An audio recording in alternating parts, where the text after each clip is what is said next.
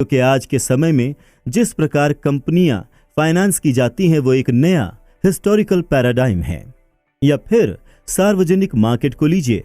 S&P 500 ने सन 1976 तक financial stock सम्मिलित नहीं किए थे। अब फाइनेंशियल इंडेक्स का 16% है। टेक्नोलॉजी स्टॉक्स का 50 वर्ष पहले नामो निशान नहीं था, आज वो इंडेक्स के 5वें हिस्से से अधिक हैं। समय के साथ लेखांकन नियम बदल चुके हैं, साथ ही डिस्क्लोजर, ऑडिटिंग और मार्केट लिक्विडिटी की मात्रा, बहुत कुछ बदल चुका है। यूएस की मंदियों के बीच का समय पिछले 150 वर्षों में नाटकीय रूप से बदल चुका है। रिसेशन के बीच का औसत समय देर 1800 में 2 वर्ष से शुरुआती 20वीं सदी में 5 वर्ष और पिछले 50 वर्षों में 8 वर्ष तक बढ़ चुका है। मेरी इस किताब को लिखने के समय ऐसा प्रतीत हो रहा है कि हम रिसेशन की ओर अग्रसर हैं। दिसंबर सन 2007 की पिछली रिसेशन से अब तक 12 वर्ष बीत चुके हैं। सिविल वॉर के पहले से अब तक मंदियों के बीच में यह सबसे बड़ा अंतराल है। रिसेशन के कम होने को लेकर अनेकों थ्योरीज हैं। उनमें से एक ये है कि फेड व्यवसाय चक्र को मैनेज करने में बेहतर है या कम से कम उसे एक्सटेंड करने में। दूसरी ये कि सेवा उद्योग की तुलना में भारी उद्योग में तेजी और मंदी, ओवर प्रोडक्शन की अधिक संभावना है, जो पिछले 50 वर्षों से डोमिनेंस रखती आ रही है। पेसिमिस्ट व्यू ये है कि हालांकि अब रिसेशन कम होता है, लेकिन जब वो होता है तो पहले से कहीं अधिक शक्तिशाली होता है। हमारे तर्क के लिए ये अधिक मायने नहीं रखता कि बदलाव किस कारण आया। जो मायने रखता है वो ये है कि बदलाव स्पष्ट रूप से आया है। ये समझने के लिए कि ये ऐतिहासिक बदलाव किस प्रकार इन्वेस्टिंग डिसीजंस को प्रभावित कर सकते हैं, एक ऐसे व्यक्ति के कार्य पर ध्यान डालते हैं जिसे अब तक का सबसे महान इन्वेस्टर माना गया है, बेंजामिन ग्राहम। ग्राहम की उत्कृष्ट किताब द इंटेलिजेंट इन्वेस्टर मात्र सिद्धांत नहीं है, इसमें ऐसे व्यावहारिक निर्देश हैं जिन्हें निवेशक अच्छे निवेश निर्णय लेने के लिए इस्तेमाल कर सकता है।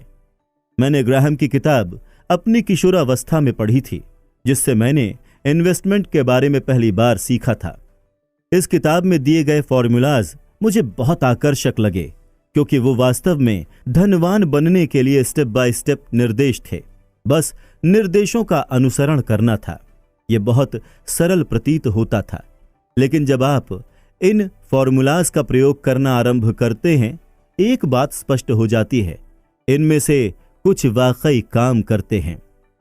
ग्राहम ने उन स्टॉक्स को खरीदने का समर्थन किया जो अपने नेटवर्किंग एसेट से कम के लिए ट्रेडिंग कर रहे थे, बेसिकली बैंक का नकद बिना किसी डेट के। ये बहुत बढ़िया सुनाई पड़ता है, लेकिन आज के समय में कुछ ही स्टॉक हैं जो इतनी सस्ती ट्रेडिंग करते हैं, सिवाय एक पेनी स्टॉक के जिस पर धोखाधड़ी का आरोप लगा हो। ग्राहम का एक क्राइटेरिया कहता है कि कंजर्वेटिव इन्वेस्टर्स को उन स्टॉक से बचना चाहिए जो पुस्तक मूल्य के 1.5 मूल्य से अधिक की ट्रेडिंग कर रहे हों। अगर आपने पिछले दशक में इस नियम का अनुसरण किया होता तो आपके पास सिवाय बीमा और बैंक स्टॉक्स के अलावा कुछ न होता। यह किसी भी संसार में उचित नहीं है। द इंटेलिजेंट इन्वेस्टर हमेशा ही सबसे महानतम निवेश संबंधी किताबों में से एक है, लेकिन मैं ऐसे एक भी निवेशक को नहीं जानता जिसने ग्राहम के प्रकाशित फॉर्मूलाज को अप्लाई करके सफलता पाई हो। यह किताब बुद्धिमत्ता से भरपूर है, शायद आज तक प्रकाशित किसी भी अन्य इन्वेस्टमेंट रिलेटेड किताब से अधिक। लेकिन एक कैसे कैसे गाइड के रूप में यह किताब डाउटफुल है। आखिर हुआ क्या?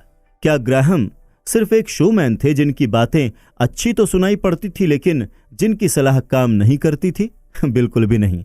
वो अपने आप में एक अत्यधिक सफल इन्वेस्टर थे, लेकिन वो प्रैक्टिकल थे और साथ ही एक सच्चे प्रतिरोधी। वो निवेश धारणाओं से इतना लगाव नहीं रखते थे कि वो उन सब पर तब भी टिके रहें जब अनेकों अन्य निवेशक उन सिद्धांतों का पालन कर उन्हें इतना लोकप्रिय बना दें कि उनका सामर्थ्य बेकार हो जाए। जेसन ज़्विग, जिन्होंने ग्राहम की किताब के बाद के एक संस्करण की व्याख्या की, उन्होंने कहा, ग्राहम अपनी अजम्पशंस पर लगातार एक्सपेरिमेंट और टेस्टिंग करते रहते थे, ये देखने के लिए कि क्या काम करता है। वो नहीं जो कल काम करता था, बल्कि आज जो काम करता है।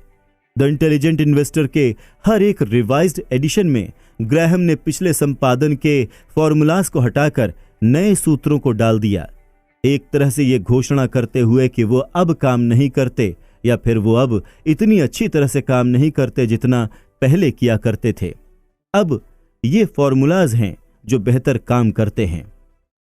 ग्राहम की आम क्रिटिसिज्म में से एक ये है कि सन 1972 के संपादन में सभी फॉर्मूलाज अप्रचलित हैं। इस क्रिटिसिज्म का एक ही सही उत्तर है, हाँ बिल्कुल ऐसा ही है। ये वही फॉर्मूला है जिन्हें सन 1965 के एडिशन के फॉर्मूला से हटाकर रखा गया था, और उन्हें सन 1954 के संपादन के सूत्रों को हटाकर रखा गया था, जिन्हें सन 1949 के एडिटोरियल के फॉर्मूलाज को हटाकर रखा गया था, जिन्हें सन 1934 में सिक्योरिटी एनालिसिस में प्रस्तुत मौलिक सूत्रों के अभिवर्धन के लिए इस्तेमाल किया गया था। सन 1976 में ग्राहम की मृत्यु हो गई। अगर वो सूत्र जिनका उन्होंने समर्थन किया सन 1934 से सन 1972 के बीच 5 बार हटाए और बदले गए, आपको क्या लगता है कि वो 2020 में कितने रेलेवेंट होंगे, या फिर 2050 में? ग्राहम की मृत्यु से कुछ समय पहले उनसे पूछा गया कि अगर वो अलग अलग स्टॉक्स में डिटेल्ड एनालिसिस, वो कार्यनीति जिसके लिए वो प्रसिद्ध थे, उसको तब भी फेवर करते, तो उन्होंने उत्तर दिया, आमतौर पर नहीं। बेहतर मूल्य के अवसर तलाशने के लिए मैं सिक्योरिटी एनालिसिस की एलोबोरेटिव टेक्निक्स का अब पक्षधर नहीं हूं। ऐसा कहा जा सकता है कि 40 वर्ष पहले यह एक लाभदायक काम था जब हमारी टेक्स्ट बुक पहली बार प्रकाशित हुई, लेकिन तब से लेकर अब तक परिस्थितियां बहुत बदल चुकी हैं। जो बदला वो ये था, अवसर बढ़ने के साथ साथ प्रतिस्पर्धा में भी वृद्धि हुई।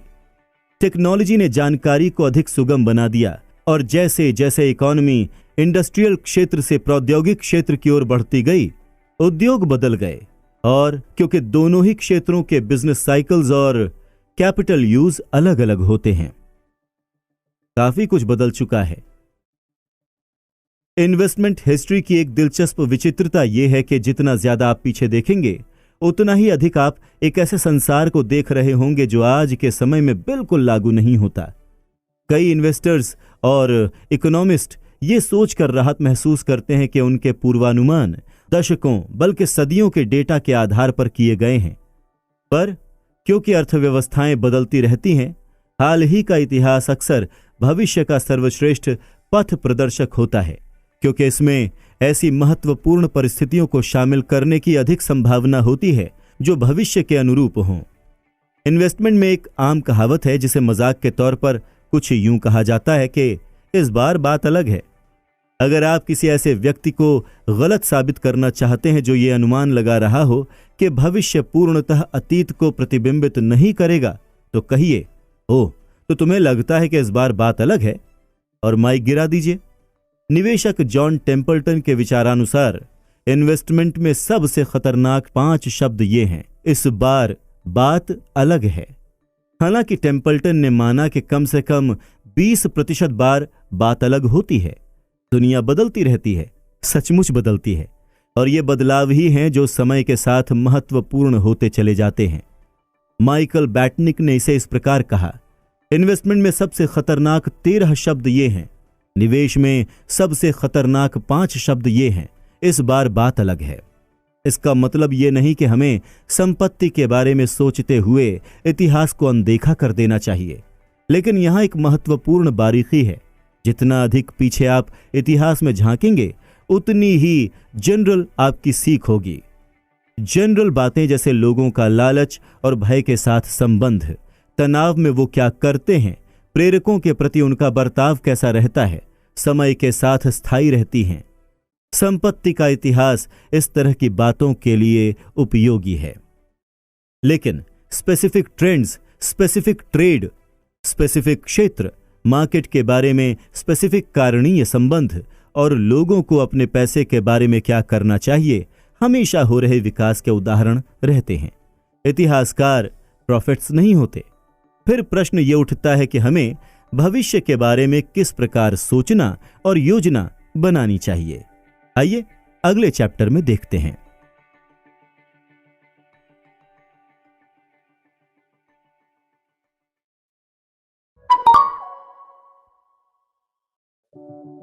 त्रुटि के लिए जगह। किसी भी योजना का सबसे बड़ा भाग तब के लिए योजना बनाना है जब आपकी योजना काम न करे। अच्छे फाइनेंशियल बिहेवियर के कुछ सर्वश्रेष्ठ उदाहरण एक अनबिलीवेबल स्थान पर देखे जा सकते हैं, लॉस वेगस के कसीनो में।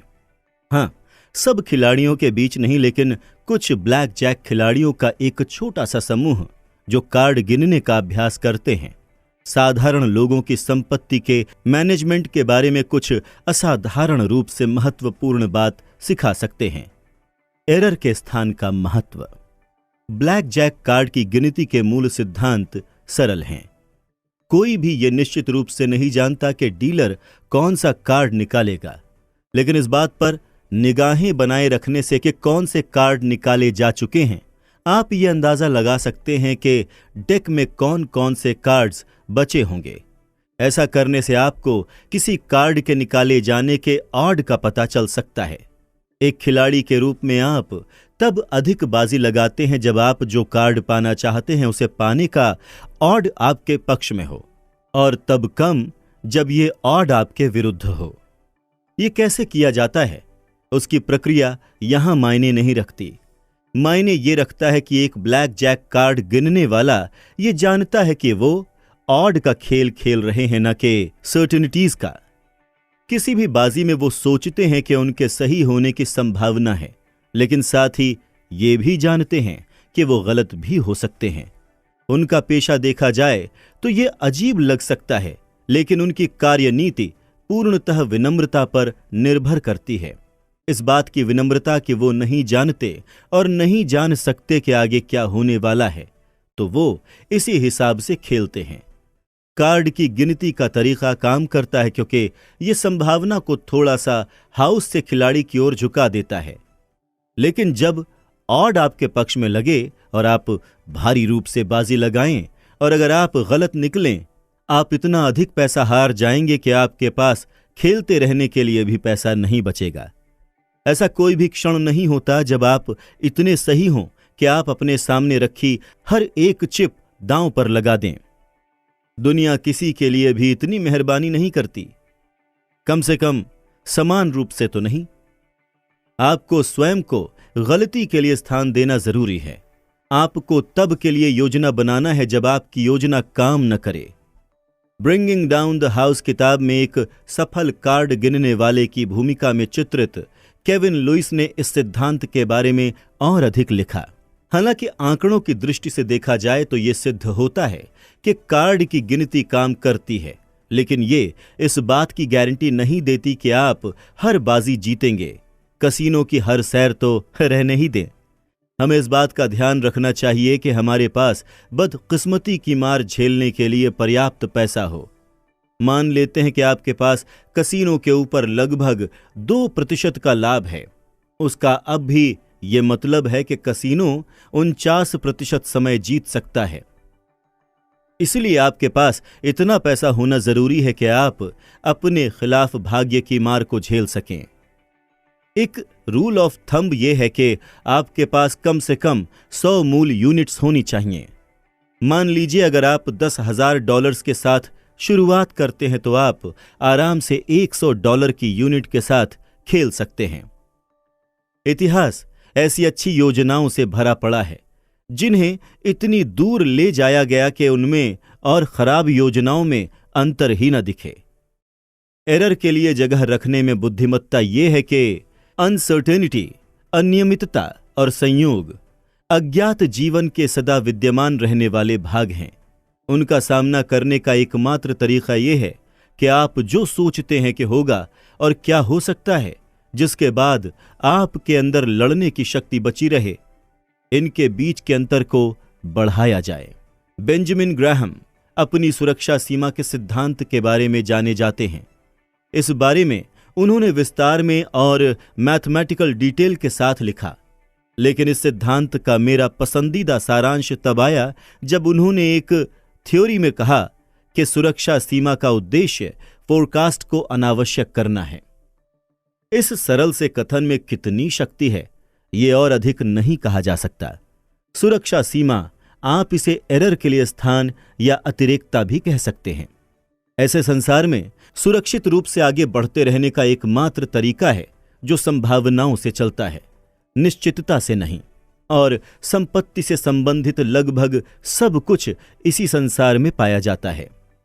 प्रिसिशन के साथ फोरकास्ट करना कठिन है। कार्ड की गिनती करने वाला ये स्पष्ट रूप से जानता है, क्योंकि कोई भी संभव रूप से ये नहीं जान सकता कि एक फेंटे हुए डेक में कोई कार्ड कहां पर होगा। ये उन लोगों के लिए इतना स्पष्ट नहीं है जो कुछ ऐसे सवाल पूछते हैं, अगले 10 वर्षों में स्टॉक मार्केट का औसत वार्षिक प्रतिफल कितना होगा, या मैं किस तारीख पर रिटायर हो पाऊंगा। लेकिन मूल रूप से ये दोनों एक जैसे ही हैं।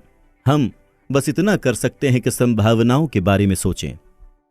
ग्राहम की सुरक्षा सीमा एक सरल सा सुझाव है कि हमें संसार को ब्लैक एंड व्हाइट, प्रिडिक्टेबल या फिर जुए के रूप में देखने की आवश्यकता नहीं है।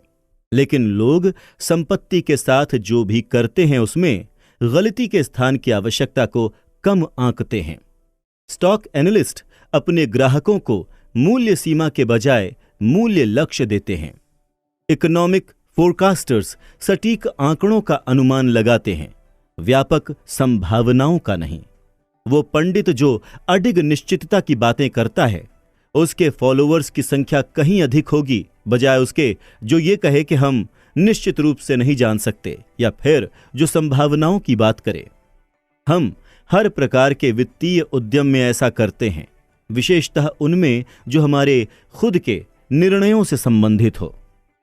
हार्वर्ड साइकोलॉजिस्ट मैक्स बेजरमैन ने एक बार दर्शाया कि दूसरे लोगों के घरों के रिनोवेशन प्लान्स को आंकते हुए अधिकतर लोग ये अनुमान लगाते हैं कि ये योजना 25% से 50% के बीच बजट से ऊपर होगी। लेकिन बात जब अपनी योजनाओं की आती है तो लोग अनुमान लगाते हैं कि रिनोवेशन समय और बजट के भीतर समाप्त हो जाएगा। आगे जाकर होने वाली निराशा। 2 बातें हैं जो गलती के स्थान को टालने का कारण बनती हैं। पहली ये धारणा कि हमें यह पता होना चाहिए कि भविष्य में क्या होने वाला है, जो इसका विपरीत मान लेने की बेचैनी से जन्म लेती है। दूसरी ये कि इसलिए आप वो आवश्यक कदम न उठाकर अपने आप को हानि पहुंचा रहे हैं जो उस भविष्य को ठीक वैसे ही सच कर सकें। लेकिन गलती का स्थान अगोचर है और इसे गलत समझा जाता है। इसे अक्सर एक रूढ़िवादी बचाव के रूप में देखा जाता है, जिसे वो लोग इस्तेमाल करते हैं जो अधिक जोखिम नहीं उठाना चाहते या अपने विचारों पर विश्वास नहीं रखते। लेकिन जब इसे उचित रूप से इस्तेमाल किया जाए तो ये इसका ठीक विपरीत होता है। गलती के लिए स्थान आपको विभिन्न परिणामों को सहन करने की क्षमता देता है और सहन शक्ति आपको इतने लंबे समय तक टिके रहने देती है कि किसी कम संभावना के परिणाम से लाभ उठाने की संभाव्यता आपके पक्ष में हो सके। अधिक बड़े लाभ कभी कभार होते हैं, या तो इसलिए कि वो अक्सर नहीं हुआ करते या फिर इसलिए कि उन्हें संयोजित होने में समय लगता है। इसीलिए वो व्यक्ति जिसकी कार्यनीति के एक भाग नकद में एरर के लिए पर्याप्त स्थान है ताकि वो अन्य स्टॉक में कठिनाई झेल सके, वो उस व्यक्ति से बेहतर है जो गलत होने पर पूरी तरह से बर्बाद हो जाए और खेल खत्म हो। बिल गेट्स ने इस बात को बहुत ही अच्छी तरह से समझा था।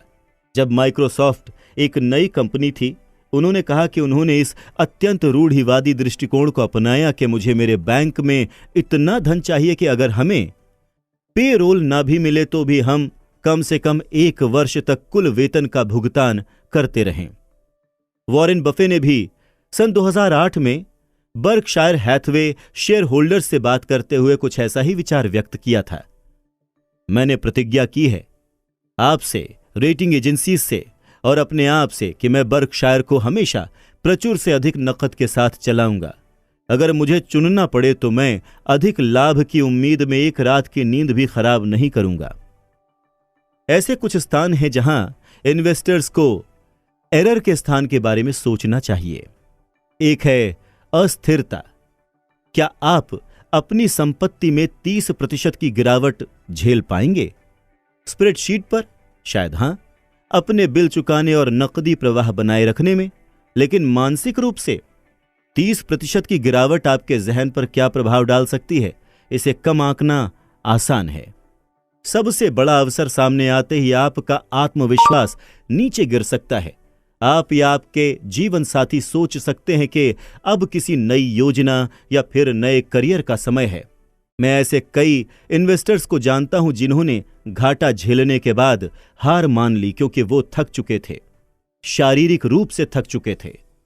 स्प्रेडशीट्स आपको ये जरूर बता सकती हैं कि आंकड़े कब काम करेंगे और कब नहीं, लेकिन वो आपको ये नहीं बता सकती कि जब आप रात में अपने बच्चों को सुलाते समय ये सोच रहे हों कि अगर आपके द्वारा लिए गए फाइनेंशियल डिसीजंस गलत निकले जो उनके भविष्य को नुकसान पहुंचा सकते हैं, तो आप कैसा महसूस करेंगे? आप तकनीकी तौर पर क्या सहन कर सकते हैं और भावनात्मक तौर पर क्या संभव है, इसके बीच का अंतर रूम फॉर एरर का एक अनदेखा वर्जन है। दूसरा है रिटायरमेंट के लिए बचत। हम इतिहास की ओर देखकर जान सकते हैं। उदाहरण के लिए यूएस स्टॉक मार्केट ने 1870 से इन्फ्लेशन के बाद 6.8% का औसत वार्षिक प्रतिफल दिया है। रिटायरमेंट के लिए बचत करते हुए अपने खुद के विविध पोर्टफोलियो से क्या अपेक्षा रखी जाए, यह उसका अनुमान लगाने के लिए एक रीजनेबल अजम्पशन की तरह इस्तेमाल किया जा सकता है। प्रतिफल के इन अनुमानों को आप वापस उस राशि में जोड़ सकते हैं जो आपको हर महीने अपना बचत लक्ष्य प्राप्त करने के लिए बचानी होगी। लेकिन क्या हो अगर भविष्य प्रतिफल कम निकले, या फिर अगर दीर्घकालिक भविष्य का अच्छा अनुमान हो और आपकी रिटायरमेंट की तारीख सन 2009 के जैसे भीषण बेयर मार्केट के बीच में पड़ जाए? क्या हो अगर भविष्य में होने वाला बेयर मार्केट आपको भयभीत कर दे और आप अपने स्टॉक गंवा दें और फिर आगे चलकर बुल मार्केट से चूक जाएं और अंततः मार्केट औसत से कम प्रतिफल कमा पाएं? और क्या हो अगर आपको 30 की उम्र में किसी मेडिकल आपत्ति का पैसा भरने के लिए अपने रिटायरमेंट खाते को खाली करना पड़ जाए? इन सारे क्या हो अगर प्रश्नों का जवाब है, जैसे आपने अनुमान लगाया था आप वैसे रिटायर नहीं हो पाएंगे, जो एक बड़ी समस्या हो सकती है। समाधान सरल है। अपने भविष्य के प्रतिफल का हिसाब करते हुए रूम फॉर एरर के लिए स्थान रखें। ये विज्ञान से अधिक कला है। अपने खुद के निवेश के लिए, जिसके बारे में मैं विस्तार से 20वें चैप्टर में बात करूंगा, मेरा अनुमान है कि वो भविष्य प्रतिफल जो मैं अपने जीवन काल में कमाऊंगा वो ऐतिहासिक औसत की तुलना में 1/3 कम होगा।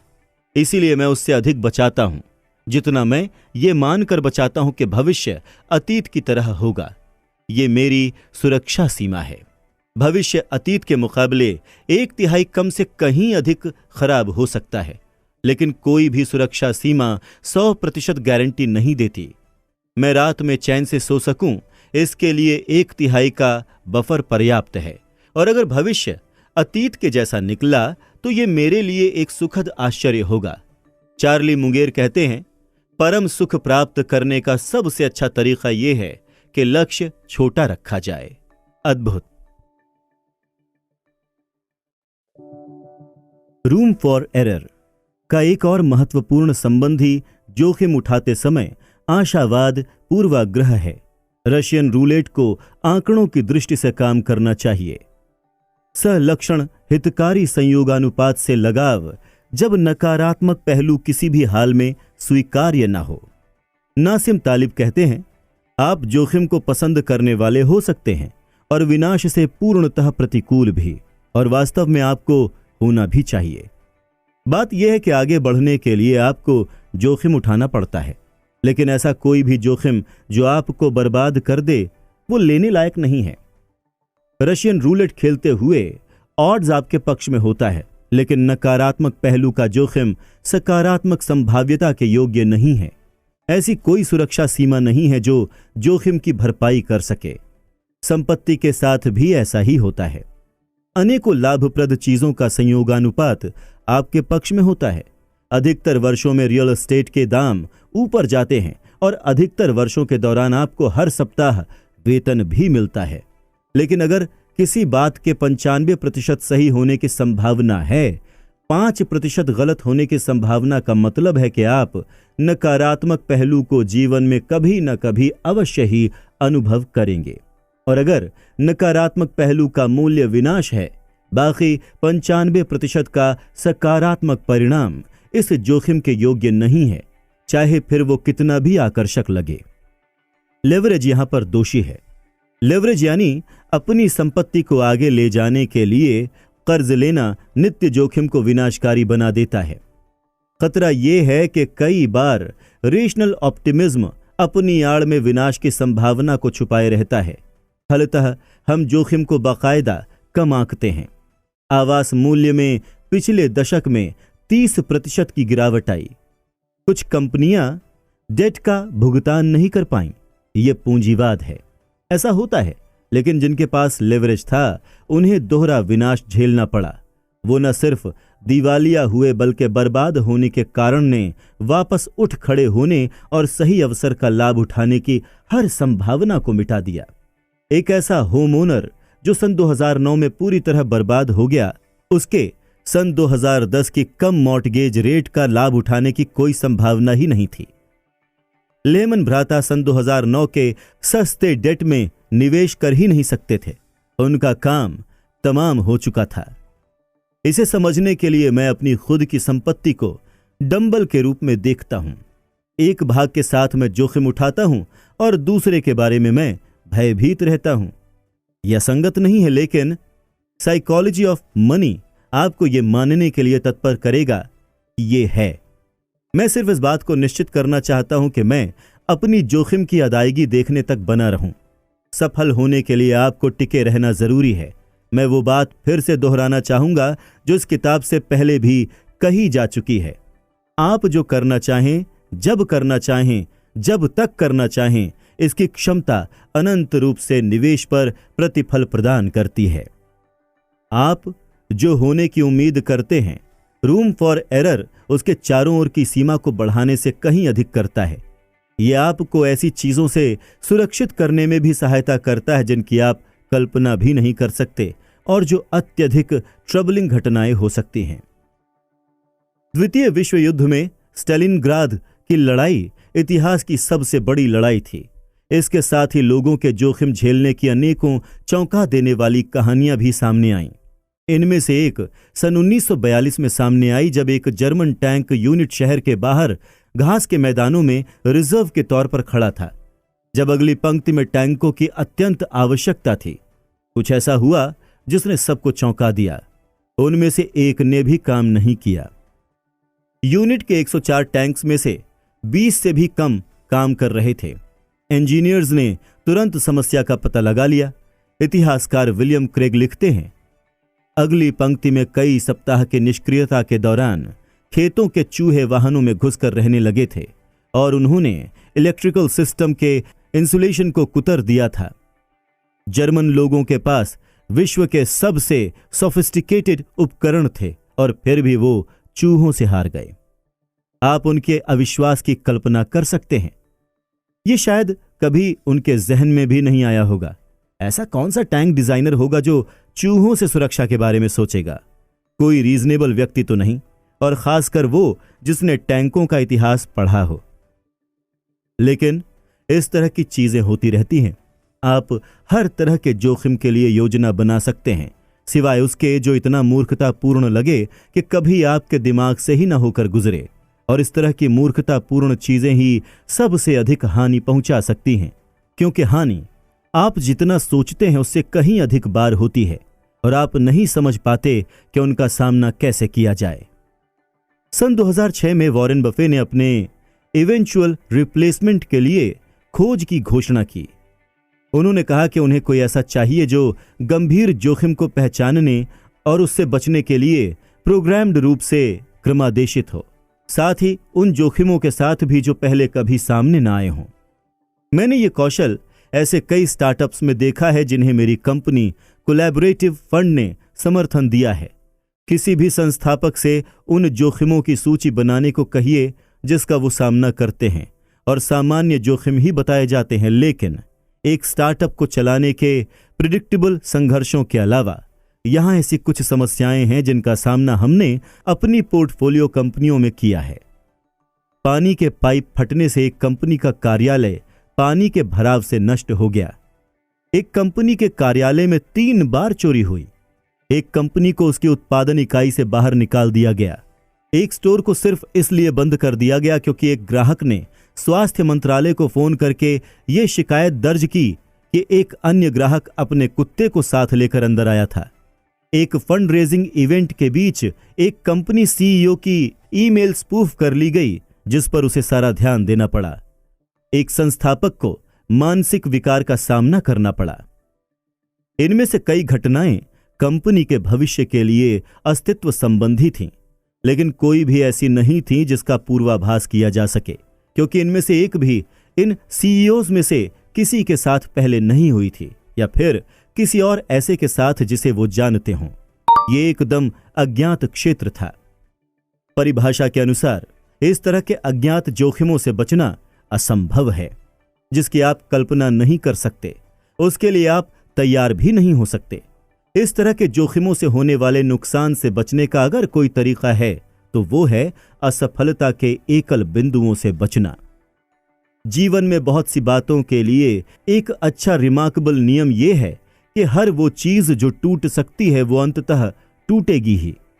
इसीलिए अगर बहुत सी चीजें किसी एक चीज के चलने पर निर्भर करती हैं और वो चीज टूट जाती है, आप विनाश से बस कुछ ही दूर हैं। ये असफलता का एकल बिंदु है। कुछ लोग असफलता के एकल बिंदुओं से बचने में अद्भुत रूप से अच्छे होते हैं। विमानों में अधिकतर महत्वपूर्ण प्रणालियों का बैकअप होता है और उस बैकअप का भी बैकअप होता है।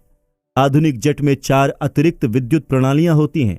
आप सिर्फ एक इंजन के साथ उड़ते हैं और तकनीकी रूप से बिना किसी इंजन के जमीन पर उतर सकते हैं, क्योंकि हर जेट रनवे पर सिर्फ ब्रेक्स की सहायता से उतरने में सक्षम होना चाहिए, बिना इंजन के रिवर्स थ्रस्ट के। इसी प्रकार सस्पेंशन ब्रिज बहुत से केबल खोने के बाद भी बिना गिरे टिके रह सकते हैं। संपत्ति के साथ सबसे बड़ी असफलता का सोल रिलायंस अपने शॉर्ट टर्म खर्च के लिए वेतन पर एकमात्र निर्भरता है।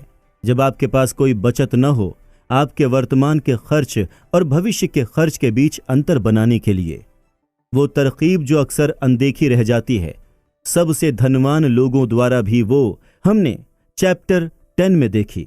ये समझना कि हमें बचत करने के लिए किसी विशेष कारण की आवश्यकता नहीं होती। कार, घर या रिटायरमेंट के लिए बचत करना ठीक है, लेकिन साथ ही ये भी उतना ही महत्वपूर्ण है कि उन चीजों के लिए बचत की जाए जिनका आप अनुमान नहीं लगा सकते या जिन्हें बूझ नहीं सकते, जैसे कि खेत के चूहों का वित्तीय समकक्ष। इस बात का पूर्वानुमान लगाना कि आप अपनी बचत को कैसे खर्च करेंगे, ये मानकर चलना है कि आप एक ऐसी दुनिया में रहते हैं जहां आप ठीक तरह से जानते हैं कि भविष्य में आपका खर्च कितना होगा, जो कोई नहीं जानता। मैं बहुत बचत करता हूं और मैं नहीं जानता कि भविष्य में मैं इसे कहां खर्च करूंगा। कुछ ऐसे फाइनेंशियल प्लान्स जो सिर्फ ज्ञात जोखिम को ध्यान में रखते हैं, उनमें वास्तविक संसार में टिके रहने के लिए पर्याप्त सुरक्षा सीमा होती है। वास्तव में हर योजना का सबसे महत्वपूर्ण भाग तब के लिए योजना बनाना है जब आपकी योजना काम न करे। अब आइए मैं आपको दिखाता हूं यह आप पर लागू कैसे होता है।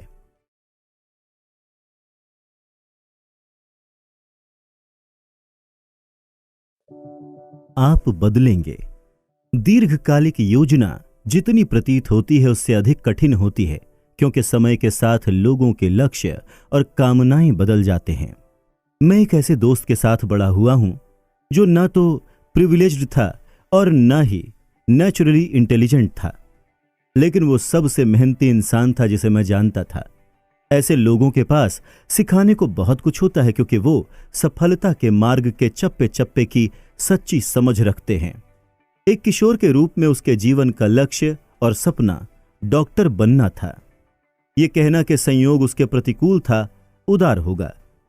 उस समय कोई भी बुद्धिमान व्यक्ति इसे संभव न समझता, लेकिन वो कोशिश करता रहा और अपने क्लासमेट से 1 दशक अधिक की उम्र में वो फलस्वरूप डॉक्टर बन गया। जब आप अभाव से शुरू करके अपना रास्ता बनाते हुए मेडिकल स्कूल के टॉप पर पहुंच जाते हैं और सभी बाधाओं के विरुद्ध एक महान व्यवसाय प्राप्त कर लेते हैं तो कितनी संतृप्ति मिलती है। मैंने उससे कुछ साल पहले बात की। ये वार्तालाप कुछ इस तरह से था। मैंने कहा, इतने समय बाद तुम कैसे? वो बोला, एकदम खराब करियर है। मैं हंसते हुए बोला, हाँ, वैसे? वो बोला, एकदम खराब करियर है यार। ये 10 मिनट तक चलता रहा। तनाव और काम ने उसे बिल्कुल बोझिल कर दिया था। वो अपनी वर्तमान स्थिति से उतना ही निराश लगा जितना वो 15 साल पहले वहां पहुंचने के लिए प्रेरित था। साइकोलॉजी का एक आधार यह है कि लोग अपने भविष्य के प्रारूप के फोरकास्टर्स होते हैं। किसी लक्ष्य की कल्पना करना आसान और मजेदार होता है। वास्तविक जीवन के तनाव को ध्यान में रखते हुए जो प्रतिस्पर्धी अनुगमन के साथ साथ बढ़ता जाता है, एक लक्ष्य की कल्पना करना बिल्कुल ही अलग बात है। इसका भविष्य के फाइनेंशियल गोल्स के लिए योजना बनाने की हमारी क्षमता पर बहुत प्रभाव होता है। हर 5 साल का बच्चा बड़ा होकर ट्रैक्टर चलाना चाहता है। शायद ही ऐसा कोई काम हो जो एक छोटे बच्चे को इस काम से बेहतर लगे, जिसकी शुरुआत और अंत ऐसे होता है, व्रूम व्रूम बीप बीप, बड़े ट्रैक्टर में ये आया। फिर बड़े होने के बाद वो समझने लगते हैं कि शायद ट्रैक्टर चलाना सबसे अच्छा करियर नहीं है। शायद वो कुछ ज्यादा आकर्षक और प्रतिष्ठित करना चाहते हैं। इसीलिए किशोरावस्था में वो वकील बनने का सपना देखते हैं। अब वो सोचते हैं, वो जानते हैं कि उनकी योजना निर्धारित है। लॉ स्कूल और उसकी लागत हम आ रहे हैं। फिर एक वकील के रूप में वो इतना अधिक समय काम में बिताते हैं कि वो कभी कभार ही अपने परिवार से मिल पाते हैं। इसलिए शायद वो कम आय वाली नौकरी ले लेते हैं जिसमें फ्लेक्सिबिलिटी हो। फिर वो पाते हैं कि पालना घर इतना महंगा है कि उनका अधिकतर वेतन उसी में चला जाता है और वो स्टे एट होम पेरेंट बनकर घर पर रहना चुन लेते हैं। तब वो सोचते हैं कि उन्होंने सही विकल्प चुना है। फिर 70 की उम्र में उन्हें एहसास होता है कि आजीवन घर पर रहने के कारण वो रिटायर होने में असमर्थ हैं। हम में से बहुत से लोग जीवन में इसी वक्र रेखा पर चलते हैं। फेडरल रिजर्व के अनुसार कॉलेज ट्रैजेक्टरी में से सिर्फ 27% अपने प्रमुख विषय से संबंधित रोजगार में हैं। घर पर रहने वाले माता पिता में से 29% के पास कॉलेज डिग्री है। कुछ को संभवतः अपनी शिक्षा पर पछतावा है, लेकिन हमें ये बात माननी चाहिए कि 30 की उम्र में एक नई माँ या पिता जीवन लक्ष्यों के बारे में जिस तरह सोचते हैं, वो उस तरह 18 वर्ष की उम्र में करियर के लक्ष्य साधते हुए नहीं सोचते। लॉन्ग टर्म फाइनेंशियल प्लानिंग आवश्यक है, लेकिन चीजें बदलती भी हैं। आपके चारों तरफ की दुनिया भी और साथ ही आपकी कामनाएं और लक्ष्य भी। ये कहना एक बात है, हमें नहीं पता भविष्य में क्या होगा, और ये स्वीकारना अलग बात है कि आज आप खुद नहीं जानते कि भविष्य में आप क्या चाहेंगे। और सच ये है, हम में से कुछ ही जानते हैं। जब भविष्य में आप क्या चाहेंगे इसे लेकर आपके विचार बदलने की संभावना हो, तो स्थायी लॉन्ग टर्म निर्णय लेना कठिन होता है। साइकोलॉजिस्ट के अनुसार इतिहास के अंत